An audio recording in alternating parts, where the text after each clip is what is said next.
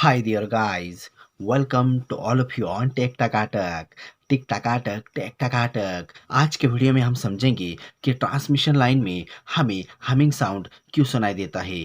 Transmission line में हमें humming noise क्यों सुनाई देता है। तो एक्चुअली ट्रांसमिशन लाइन में जो हमिंग साउंड सुनाई देता है उसे हिसिंग साउंड भी बोला जाता है। So that humming sound and hissing sound दोनों का मतलब सेम होता है। सो यहाँ पर इम्पोर्टेंट बात आती है कि हम जब भी ट्रांसमिशन लाइन के पास या फिर ट्रांसमिशन लाइन के नीचे खड़े होते हैं तो हमें हिसिंग साउंड क्यों सुनाई देता है।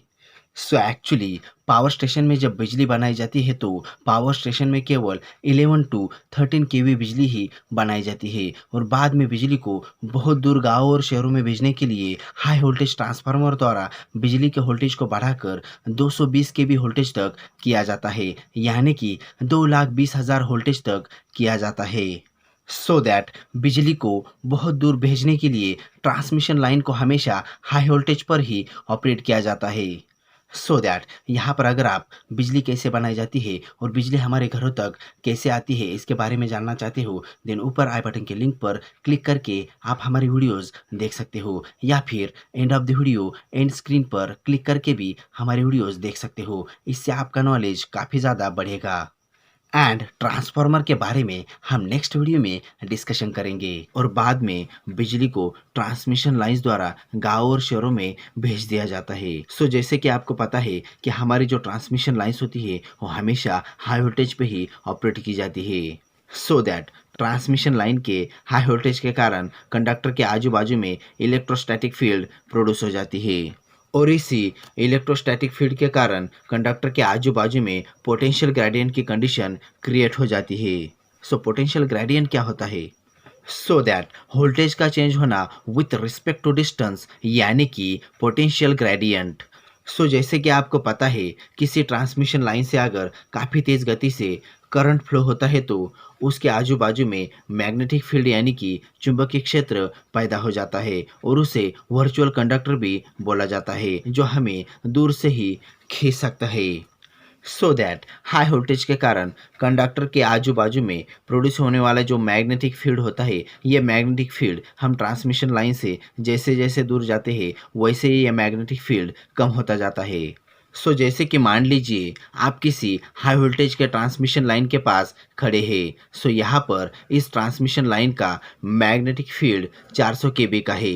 सो यहाँ पर आप ट्रांसमिशन लाइन से जितना दूर जाएंगे उतना ही ट्रांसमिशन लाइन का मैग्नेटिक फील्ड कम होता जाएगा, जैसे 400, 300, 200 और 100।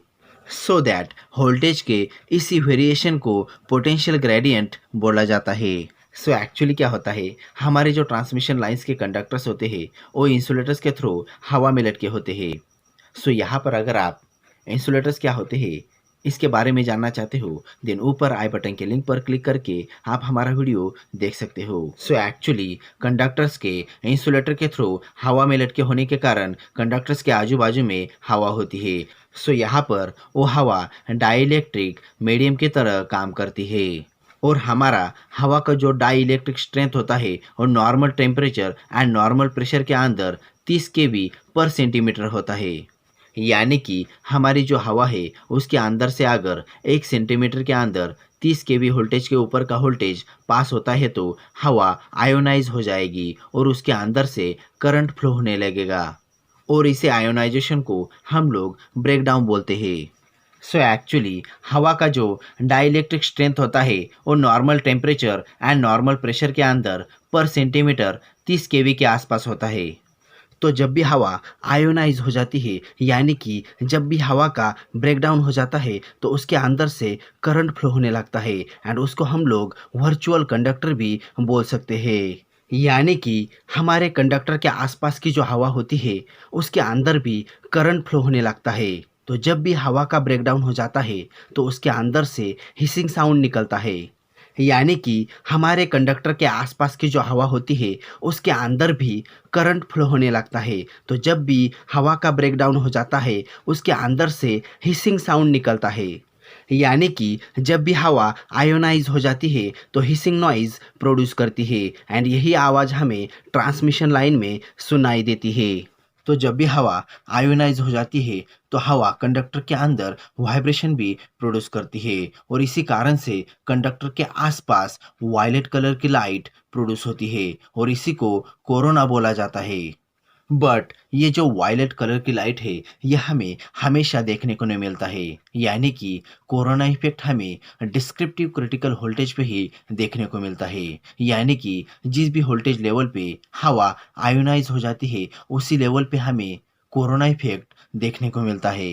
उसी तरह से विजुअल क्रिटिकल वोल्टेज यानी कि minimum voltage required to corona glow, यानी कि विजुअल वोल्टेज के ऊपर कोरोना जाता है तो ही हमें कोरोना ग्लो देखने को मिलता है। यानी कि ये जो विजुअल वोल्टेज है ये अलग अलग कंडीशन में अलग अलग हो सकता है, यानी कि बारिश के सीज़न में ये थोड़ा सा कम होता है, यानी कि कम वोल्टेज पे ही हमें कोरोना ग्लो देखने को मिलता है एंड नॉन बारिश के सीज़न में ये थोड़ा सा ज़्यादा होता है। एक्चुअली बारिश के सीज़न में सबसे ज़्यादा कोरोना होता है क्योंकि बारिश के सीज़न में हवा में बारिश के पानी की मात्रा होती है। सो दैट यह थी पूरी जानकारी ट्रांसमिशन लाइन के हमिंग साउंड के बारे में।